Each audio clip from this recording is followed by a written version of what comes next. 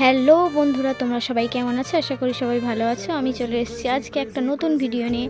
আজকে যাব আমার দিদির বাড়ি নিবন্দিয়ায় কার্তিক পুজো উপলক্ষে। তো চলো, আমি তোমাদের সামনে রেডি হয়ে চলে এসেছি।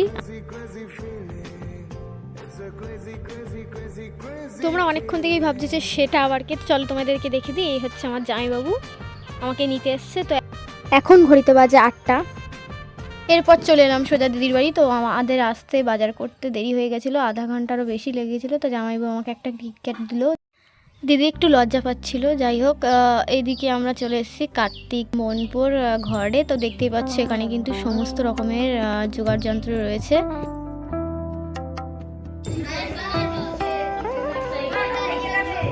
কার্তিক পুজোর দিন আমি আর আমার দিদি মিলে সব কিছু করেছি আমরা। তো এই প্রথমবার আমি বোনপোর পুজোর কাজ করলাম।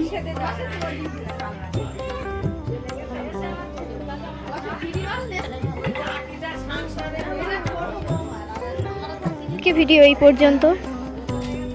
কার্তিক পুজোর স্পেশাল ব্লগ, ছোট ব্লগটা তোমাদের কেমন লাগলো অবশ্যই সবাই কমেন্ট করে জানাবে। আর ভালো লাগলে একটা লাইক করে যাবে।